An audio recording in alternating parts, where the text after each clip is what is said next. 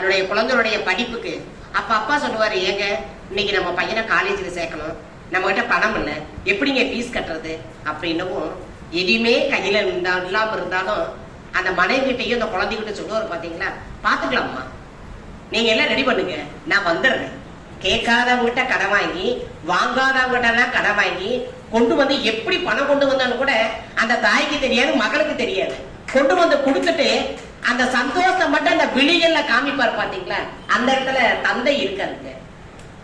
அதாவது தந்தை இல்லாம இருந்தா, ஒரு நல்ல தந்தை ஒரு குழந்தைக்கு அமைஞ்சிருச்சுன்னா வாழ்க்கை வந்து சிறப்படையும். நல்ல தந்தை இல்லாட்டை அது வேலையில்லா பயிர்மை. எத்தனை குடும்பத்துல ஒரு தகப்பன் இல்லாத வீடு சொல்லுவாங்க, கிராமத்துல எல்லாம் பழமொழி சொல்லுவாங்க, தகப்பன் இல்லாட்டி தறியேட்டி போயிருவோன்னு சொல்லுவாங்க. தாயினுடைய அன்பு கட்டாயம் தேவை, தாய் இல்லாம யாருமே இல்லை. ஆனா தந்தை இல்லாத வாழ்க்கையை நினைச்சு பாருங்க, ஒரு நிறைவே இருக்காதுங்க கட்டாயம். இப்ப நீங்க நிறைய பேர் உட்கார்ந்து இருக்கிறீங்க, இதுக்கு எப்படி தீர்ப்பு சொல்றதே தெரியல எனக்கு. ஒரு குடும்பத்துல தாய்க்கு சொல்றதா தந்தைக்கு சொல்றதா? நம்மளை உயிர்ப்பிப்பவள் தாய். அதை வளர்த்து ஆளாக்கி நல்ல நிலைமையெல்லாம் உட்கார வைக்கிறவன் யாரு? தந்தை. அப்ப தாயும் இருக்கிறா, தந்தையும் இருக்கிறா. நான் இதுக்கு சின்ன ஒரு கதை மட்டும் ஒரு சில மணித்துறையில முடிச்சிடுறேன், நேரம் மிகுதி ஆயிடுச்சு, ஒரு சில மணித்துறையில முடிச்சிடுறேன். ஒரு வாட்ச்மேன், ஒரு அப்பா வந்து அந்த மனைவி இல்ல, ஒரே மகன், தன்னுடைய மகனுக்காக வாழ்க்கைய அமைச்சுக்கல, வாழ்வாதாரத்தை தேடிக்கல, வாழ்க்கையை தேடிக்கல, தன்னுடைய வருமானத்தை நினைச்சு தன் மகனுக்கு தானே போதும், தாய் தகப்பனா இருந்துக்கிறேன்னு அந்த தந்தை வளர்க்கிறாரு. தந்தைக்கு எப்ப பசிக்குதோ ஒரு பன்னும் ஒரு டீயும் கடையில வாங்கி குடிச்சுக்கிறாரு. தான் பையனை வந்து நல்லா வளர்த்து ஒரு அரசு வேலையில உட்கார வச்சிடுறாரு. அப்ப அவர் ரிட்டையர் ஆகிற பணத்தை கூட என்ன பண்றாரு, தனக்குன்னு வைக்காம சிறப்பா தன்னுடைய மகனுக்கு நல்ல வரனை பார்த்து கல்யாணம் பண்ணி வச்சிடுறாரு.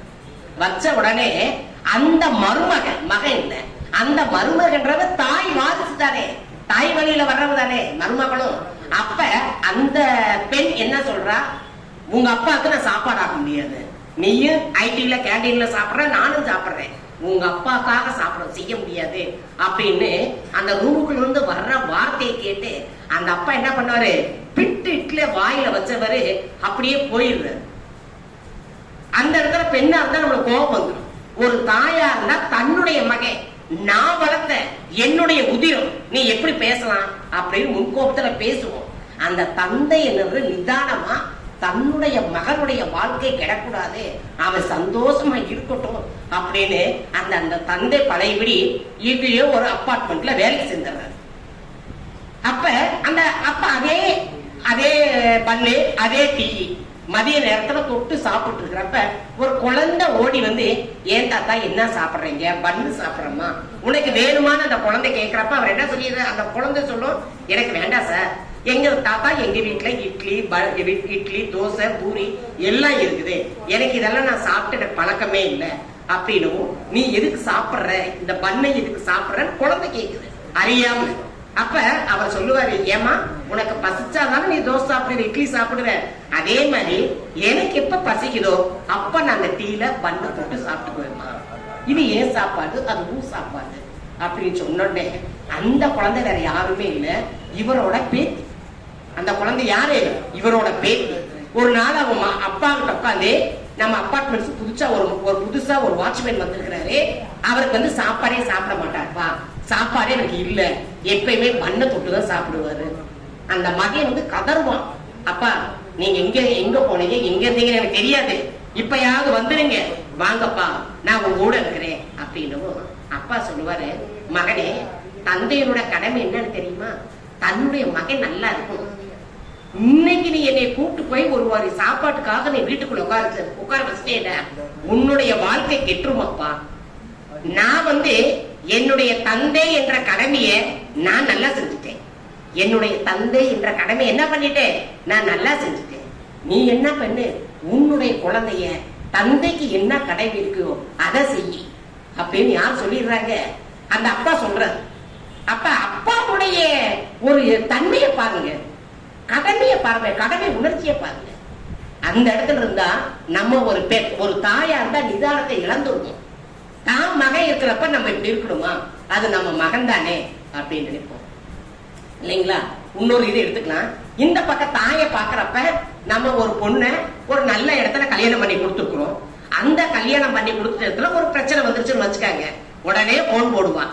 தந்தைகிட்ட சொன்ன என்ன பண்ணுவா, உன்னைய மதிச்சிட்டானா வேற வழியே இல்லை, எடு அருவாள் எடு, கத்தி எடு, சொந்தக்காரங்களை கூப்பிட்டு.